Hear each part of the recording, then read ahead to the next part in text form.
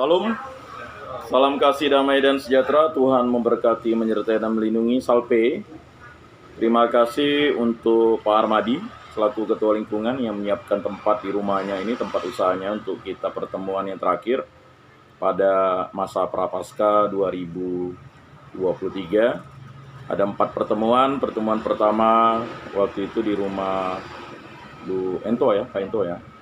Kemudian yang kedua di rumah Pak Amros, Bu Amros. Yang ketiga di rumah Pak Sigar, Bu Sigar. Dan yang keempat di rumah Pak Armadi, Bu Gisel. Jadi terima kasih karena pertemuan ini pertemuan wajib yang harus dilaksanakan, dan pada minggu ini sebenarnya adalah pekan terakhir dalam pertemuan. Karena pekan ke-6 nanti atau minggu Prapaskah ke-5 besok, kita akan mempersiapkan masa-masa di mana Rabu dan Kamis itu pengakuan dosa dewasa dan banyak gladi bersih ya untuk acara-acara pada ya pekan suci. Kemudian nanti hari Sabtu untuk pertobatan remaja dan anak-anak. Semoga kita pada tahun ini menerima sakramen tobat. Jangan khawatir, jangan malu. Itu pesan yang memang harus disoundingkan, suarakan. Karena umat Katolik makin hari harusnya makin sering menerima sakramen tobat. Karena sakramen tobat itu adalah sakramen yang bisa diterima berulang-ulang kali. Ada beberapa sakramen yang diterima berulang-ulang kali, yaitu sakramen Ekaristi, sakramen pertobatan, kemudian sakramen pengurapan orang sakit. Nah, kalau sakramen baptis, sakramen krisma, kemudian juga sakramen perkawinan bisa diterimakan lebih dari 1 kali kalau salah satu pasangan meninggal, ya kan? Dan sakramen imamat, nah itu hanya diterimakan sekali, tapi imamat khusus untuk panggilan imam. Kalau sakramen perkawinan khusus untuk panggilan yang hidup berkeluarga. Nah, jadi seperti itu. Tapi sakramen Ekaristi dan sakramen pertobatan itu dan sakramen pengurapan orang sakit adalah sakramen yang bisa diterimakan berulang-ulang kali. Nah, terutama di kita ini ya. Sakramen pertobatan itu bahkan ada hukumnya itu. Perintahnya, akuilah dosamu sekurang-kurangnya setahun sekali. Itu udah paling kurang. Ya, perintah gereja yang keempat ya. Nah itu udah banyak umat Katolik yang lupa. Ada 5 perintah gereja kan. Yang pertama, rayakanlah hari raya yang disamakan dengan hari Minggu. Yang kedua, hadapilah misa kudus pada hari Minggu dan pada hari raya yang diwajibkan, dan jangan melakukan perbuatan yang dilarang. Yang ketiga, jangan makan daging pada hari pantang dan berpuasalah pada hari puasa. Yang keempat, akuilah dosamu sekurang-kurangnya setahun sekali. Yang kelima, sambut tubuh Tuhan pada masa Paskah. Ya, memang itu banyak yang udah lupa. Ya. Sama seperti 4 kebenaran utama. 4 kebenaran utama itu kan yang pertama hanya ada satu Allah. Ya. Yang kedua ada 3 diri ilahi, Allah Bapa, Allah Putra, dan Allah Roh Kudus. Yang ketiga, ya, Allah Putra menjadi manusia dan ya, menyelamatkan kita. Ya, kemudian yang keempat, Allah membalas yang baik dan menghukum yang jahat. Jadi kalau kita bilang biar Allah membalasnya, itu membalas yang baik. Tidak pernah Allah membalas yang jahat. Itu iblis membalas yang jahat. Ya. Menghukum yang jahat itu nanti waktu pengadilan terakhir di akhirat. Baik Bapak Ibu, saudara-saudari yang terkasih, mungkin ada sepatah 2 patah kata dari Pak Armadi selaku tuan rumah. Silakan Pak. Selamat malam Bapak Ibu saudara yang saya hormati. Selamat malam. Selamat datang dan selamat berjumpa di rumah kami. Terima kasih atas waktu dan kesempatan yang meluangkan waktu untuk datang di rumah kami, di mana kita sudah 4 kali pertemuan dan di rumah kami ini ya sudah 4 kali. Semoga kita semua selalu sehat dan mereka yang hari ini tidak datang semoga juga selalu kesehatan. Terima kasih juga kepada kalian yang sudah membawakan pertemuan keempat APP 2023. Silakan Pak. Baik, terima kasih. Warnanya salah. Baik, pada pertemuan keempat ini adalah pertemuan terakhir untuk meresapkan APP, Aksi Puasa Pembangunan, yang sudah kita bahas. Nanti ayat yang kita renungkan pun semakin sedikit, hanya 2 ayat kalau yang sudah membaca ya. Nah, pada pertemuan keempat ini bertemakan bumi dan isinya adalah keluarga besar dan rumah kita bersama. Ini adalah rumah kita bersama. Kurang lebih 8 miliar penduduk manusia ini.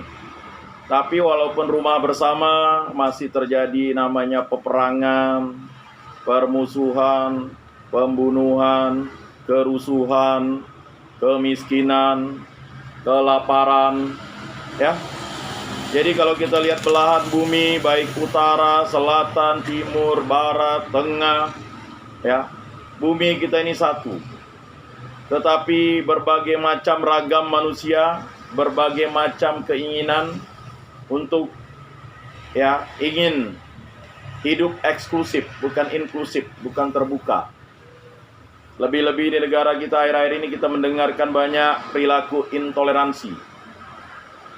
Kalau indikator moderasi beragama itu kan ada 4. Yang pertama adalah komitmen kebangsaan. Ya. Yang kedua adalah budaya anti kekerasan. Yang ketiga toleransi, keempat adalah menghargai dan mencintai budaya-budaya lokal, daerah, nasional seperti bahasa daerah, tari-tarian dan sebagainya. Tetapi di akhir-akhir ini kita karena perkembangan medsos, media sosial, WA, TikTok, YouTube, kemudian berbagai macam konten yang bisa masuk ke HP kita dengan mudah bisa menyaksikan hal-hal yang intoleransi. Ya. Orang tidak lagi mengurus agamanya sendiri, malah mengurus agama orang lain. Salah tuh. Dalam moderasi beragama tuh kita tidak boleh mengurus agama orang lain. Karena hubungan kita dengan Tuhan di dunia ini dibatasi dengan agama. Agamalah yang menuntun orang untuk memahami Sang Pencipta, Sang Pencipta, Sang Pencinta, Sang Sabda, Sang Halik, Sang Maha Kuasa, YHWH, Yahweh, Elohim, Adonai, berbagai macam lah namanya sesuai dengan agamanya masing-masing. Kita pun dulu hendak juga punya keinginan menjadi Katolik. Puji Tuhan, ibu bapak kita Katolik yang dapat namanya iman warisan. Ada iman yang karena belajar, mungkin karena waktu kecil rajin ikut sekolah minggu di Katolik, suka nyanyi, berbagai macam lah kesaksian iman. Di iman yang belajar. Kalau saya iman warisan, bapak mama sudah Katolik langsung dibaptis. Mudah cari surat baptis saya di katedral, karena saya dibaptis di Kapel Gang Usaha 2. Saya nostalgia, rupanya masih ada Kapel Gang Usaha 2 tuh. Nggak dipakai, nggak apa, tempatnya masih sama, Kapel Gang Usaha 2. Cikal bakal itu setelah Kapel Gang Usaha 2 itu menjadi MRPD. Pindah dia menjadi MRPD karena memang ada protes sana sini, belum jadi gereja MRPD, lalu dia tempat pertemuan. Ada 2 gereja yang lama sekali mendapat izin, yaitu MRPD dan Keluarga Kudus. Mungkin banyak yang berpikir mudah dulu mendirikan gereja Katolik di kota Pontianak. Sulit. Berbagai macam alasan.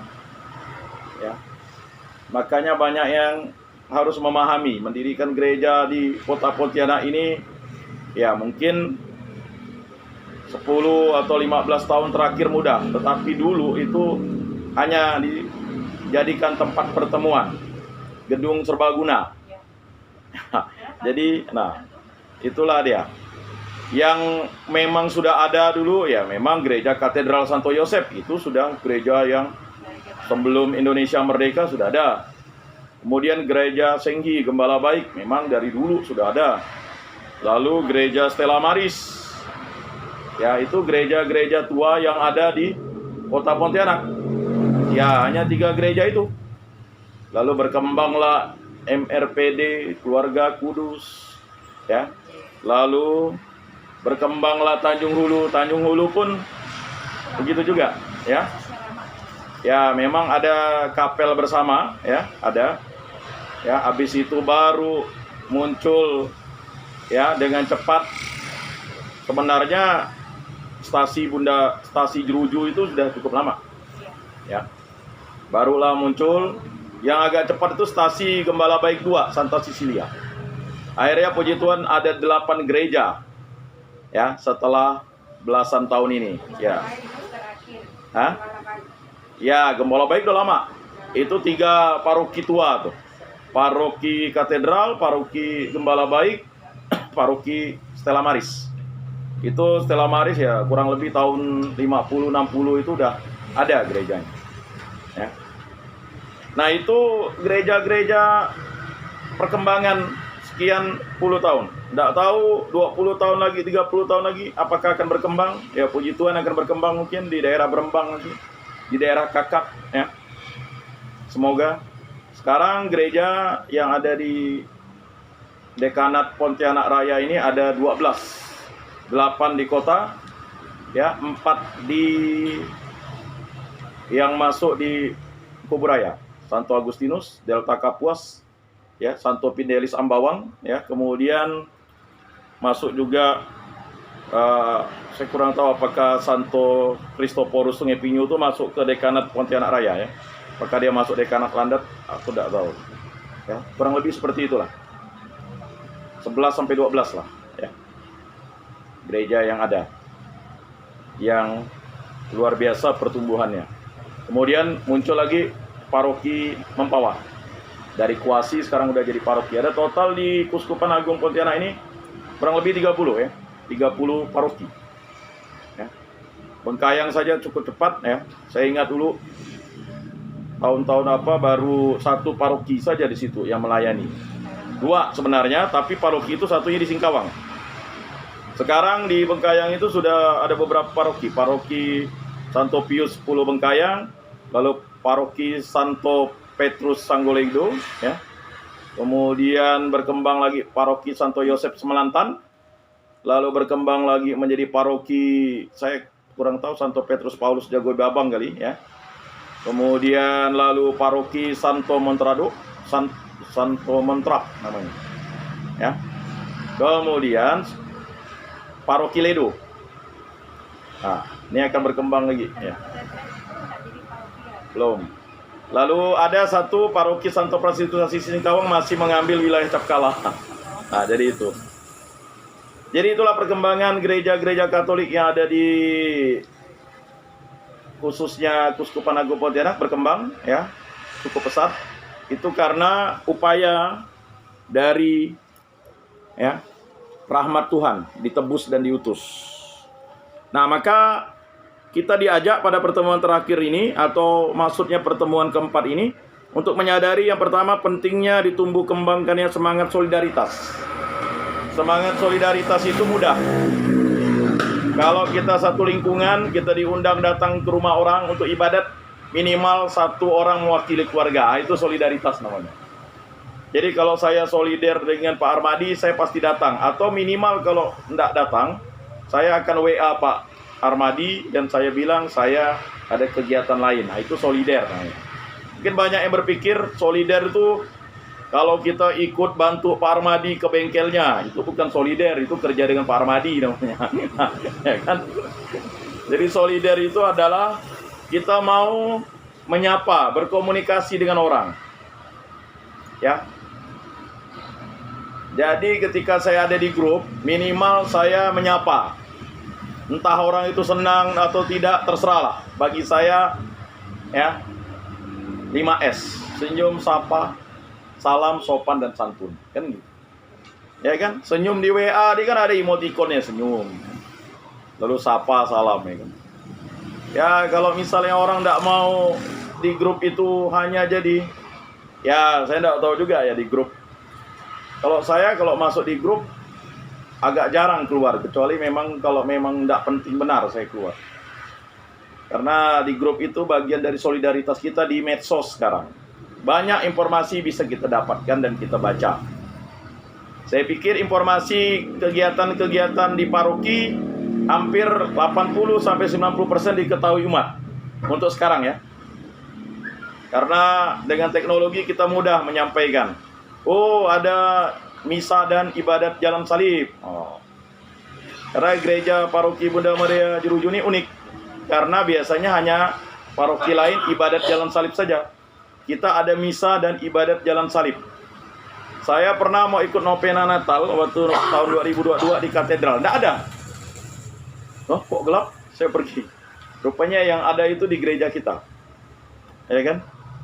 Jadi, ya memang masing-masing novena Natal itu kan tergantung ya situasi mungkin. Mungkin di kapelnya saya nggak tahu lah, atau di tempat lain ya. Jadi seperti itu. Kalau kita mau misa pagi jam 5 ada. Itulah solidaritas. Kalau kita mau main poli sore ada. Ya kan? Kalau kita mau main pingpong silakan. Kalau kita mau lari-lari dikejar anjing juga ada di situ, ya kan? Ya kan? Loh, lari-lari lalu anjing ngejar kan? Kan begitu. Kalau kita mau ke biara bruder ada. Mau datang di situ. Kalau kita mau ke biara suster ada. Lengkap. Kita mau ke asrama putra ada. Tapi kita tidak pernah bayangkan, lengkap rupanya paroki BMJ. Kalau kita mau lihat peliharaan pastor ada. Mau beli ikan pastor ada gitu. Cuman kita yang tidak pernah mau beli mungkin. Ya kan? Apalagi di BMJ yang kurang. Mau main badminton silakan ada. Mau main pingpong tinggal buka meja silakan. Ya, meja kurang lebih ada 5 sebenarnya. Bahkan sampai lingkungan Rupinus dibawa meja tuh. Tinggal siapa yang mau main kan. Kelatok-kelatok. Jadi itulah solidaritas. Jadi banyak kegiatan yang diadakan. Ya.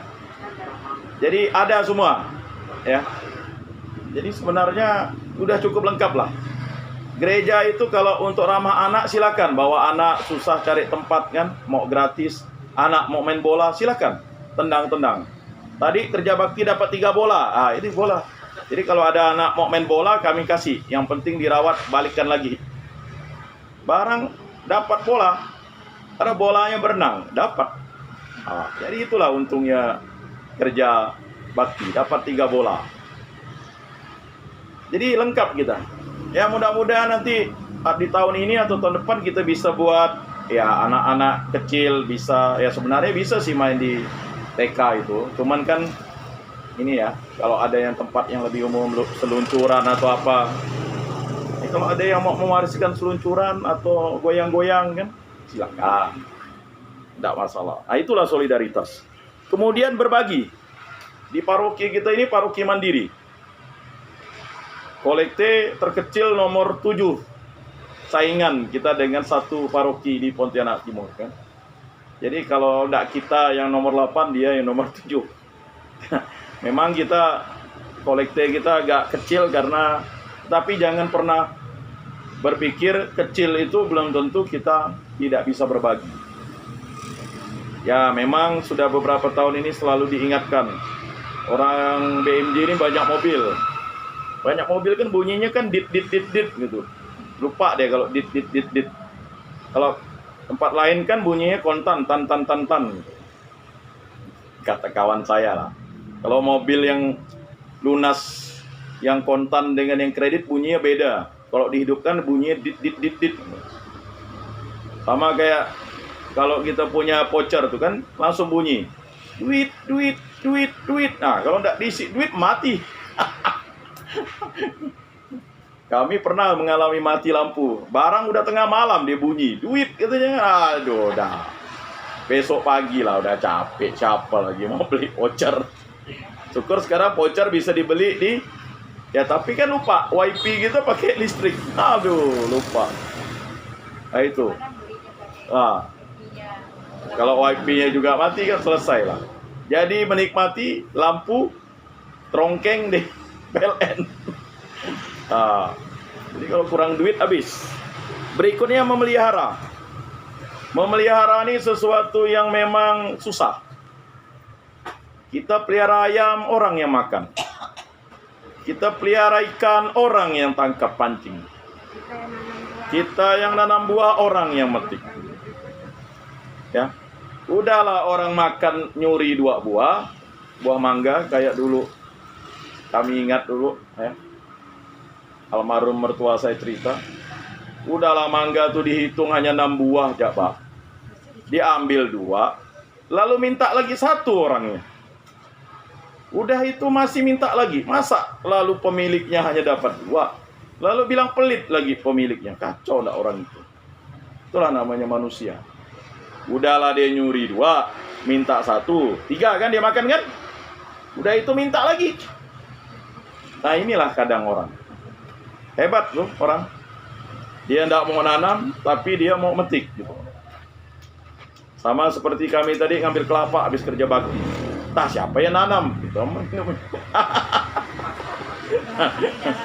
Ya, tidak tahu lah. Pokoknya ada kelapa kuning, enak rasanya kalau udah minumnya kan? Ya kan kerja bakti.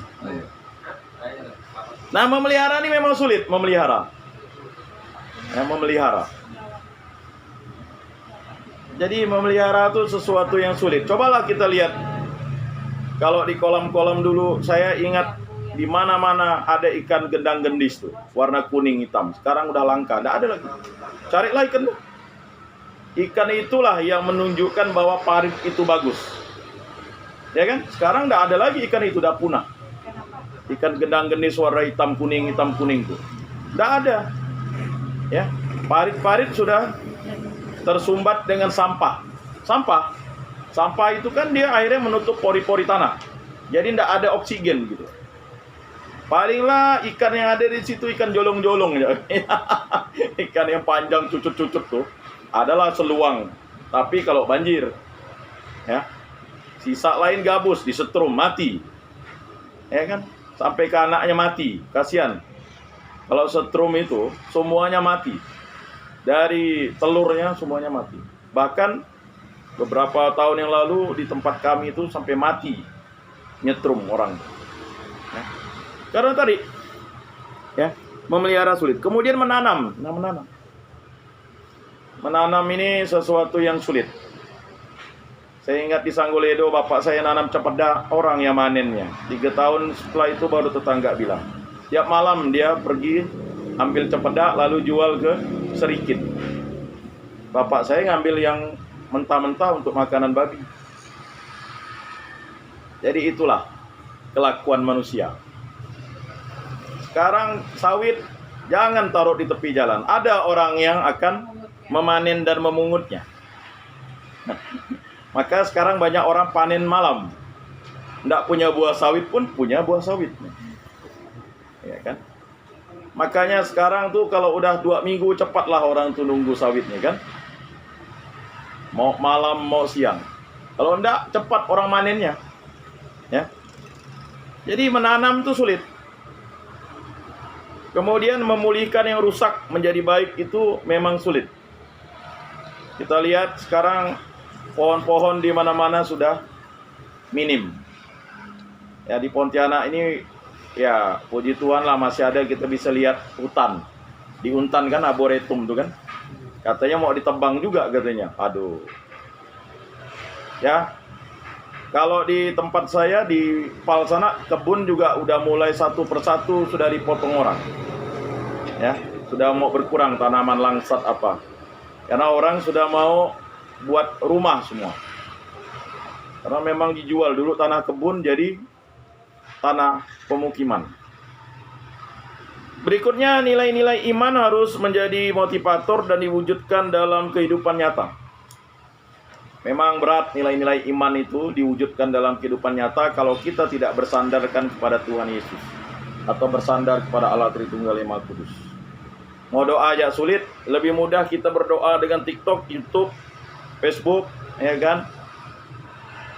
Daripada berdoa kepada Tuhan Yesus. Tanda salib ya berat rasanya, nantilah Tuhan Yesus kan belum mau mati, Pak. Coba bayangkan, tanda salib juga berat. Saya ingat guyon di kampung mama saya itu. Anaknya ini kan rajin sekolah minggu. Lalu bapaknya tuh makan daun ubi dengan mamanya. Lalu diingatkan, Pak, doa Pak, tanda salib. Makan daun ubi pun tanda salib katanya. Sekali pas di pesta, makan daging babi, agak tanda salib. Ya memang mau makan apa, kalau orang hendak mau berdoa, hendak mau dia tanda salib. Kalau orang yang rajin tanda salib itu kan sudah doa pun dia tanda salib lagi. Kurang afdol katanya. Karena sudah menjadi habit, kebiasaan. Kan? Itu puji Tuhan. Jadi tanda salib, in hoc signo vinces itu doa yang paling mudah kok. Paling mudah. Pergi kita tanda salib. Sampai ke rumah tanda salib. Kan begitu kan? Naik motor tanda salib. Sampai ada kesaksian tanda salib. Sharing dari seorang preman yang akhirnya jadi PNS sekarang. Kebetulan dia itu preman. Dia ngomong, Bang, gara-gara tanda salib tangannya patah. Saya bilang, coba kau tak tanda salib, kau mati nih. Kayak abang iparmu. Diam ya. Abang iparnya mati. Dia bilang kalau naik motor King, tikungan tidak pernah ngerem abang iparnya. Pantaslah mati. Dia waktu itu gara-gara tanda salib lalu nabrak tebing. Sekarang udah enak dia. Preman, lalu adik saya ajak mudika, bertobat, sekolah lagi, nanya, Bang enak enggak kuliah? Enak, saya bilang. Kuliah dia D3. Sekarang udah PNS gitu kayaknya. Ya.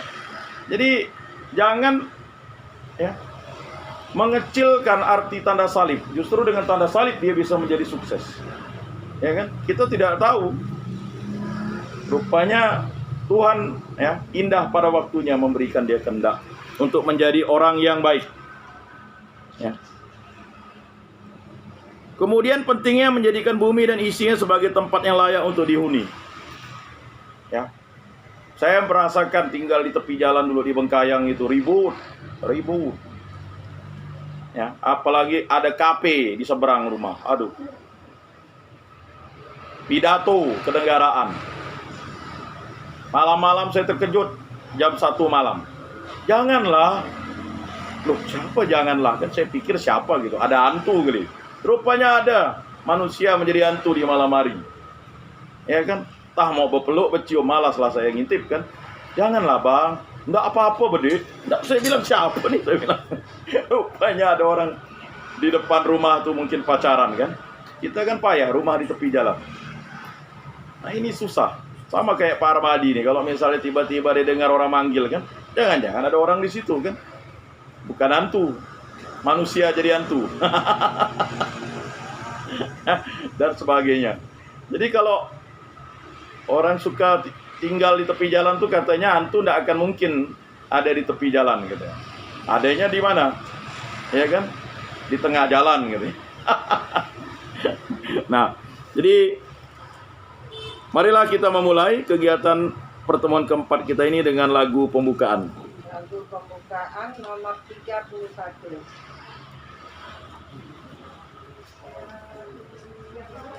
Nomor 31. Mulai. Ya Tuhan, kami datang meskipun hati gersang, karena kami bersalah semua. Pada dikau, pada teman, pada kawan, serta lawan, karena kami bersalah semua. Dalam nama Bapa dan Putra dan Roh Kudus. Amin. Semoga kasih karunia Tuhan kita Yesus Kristus, cinta kasih Allah dan persekutuan Roh Kudus selalu beserta kita, sekarang dan selama-lamanya. Bapak, Ibu, Saudara-saudari yang terkasih dalam Kristus, keluarga tidak hanya diartikan sebagai unsur yang terdiri dari orang tua, anak, famili, dan seterusnya. Tapi keluarga sesungguhnya dalam artinya yang lebih luas adalah bumi, dan segala isinya yang telah diciptakan dan diberikan Tuhan kepada kita untuk dihuni, dipelihara, dan dijadikan tempat pertemuan kita dengan Dia. Oleh karena itu dunia dan segala isinya ini adalah suci karena berasal dari Tuhan yang adalah suci atau kudus adanya. Jadi Bapak Ibu Saudara-saudari yang terkasih, dunia sakral dan dunia profan itu adalah untuk kemuliaan Tuhan. Jadi dunia sakral itu adalah hubungan kita dengan Tuhan. Misalnya kita ke gereja, kita ikut misa, kita doa, kita baca kitab suci. Dan pekerjaan kita adalah dunia profan. Jadi kalau kita bekerja dengan jujur, kita menerima upah sesuai dengan yang kita sampaikan ke orang. Ya, barang yang rusak kita bilang rusak, yang tidak baik kita bilang tidak baik, ya. Jangan barang yang baik lalu kita bilang rusak. Ya, itu artinya kita tidak jujur. Berarti dunia profan kita juga ya menjadi tidak baik. Nah, itu. Tugas kita manusia dalam menata dunia ini agar semakin layak dan indah untuk dilihat dan ditempati. Marilah kita berdoa bersama-sama. Ya Bapa yang Maha Kuasa, Engkau telah menciptakan dunia dan segala isinya. Ini indah adanya. Semoga kami selalu berpaut padamu, agar keutuhan dan keindahannya tidak pudar, karena tingkah laku kami. Buatlah agar kami selalu mau bersyukur atas karunia-Mu ini. Sadarkanlah kami selalu jika berlaku tidak seturut rencana-Mu. Demi Kristus Tuhan dan Juru Selamat kami, yang hidup dan meraja kini dan sepanjang masa. Amin. Mari kita membaca dari Injil Lukas bab 4 ayat 18 sampai 19. Seperti biasa, ayat genap kaum perempuan, ayat ganjil kaum lelaki. Silakan. Tuhan ada padaku, oleh sebab itu Ia telah mengurapi aku untuk menyampaikan kabar baik kepada orang-orang miskin, dan Ia telah mengutus aku untuk memberitakan pembebasan kepada orang-orang tawanan dan penglihatan bagi orang-orang buta, untuk membebaskan orang-orang yang tertindas, untuk memberitakan tahun rahmat Tuhan telah datang. Demikianlah Injil Tuhan. Terpujilah Kristus. Lagu tanggapan. Haleluya nomor 36.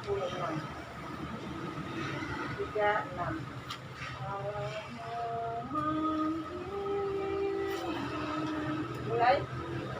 Allah memanggilmu menjadi alatnya, agar dalam hidupmu bersinar cinta kasih-Nya. Tugasmu memang berat, tapi Kau didampingi rahmat. Allah memanggilmu menjadi alatnya, agar dalam hidupmu bersinar cinta kasih-Nya.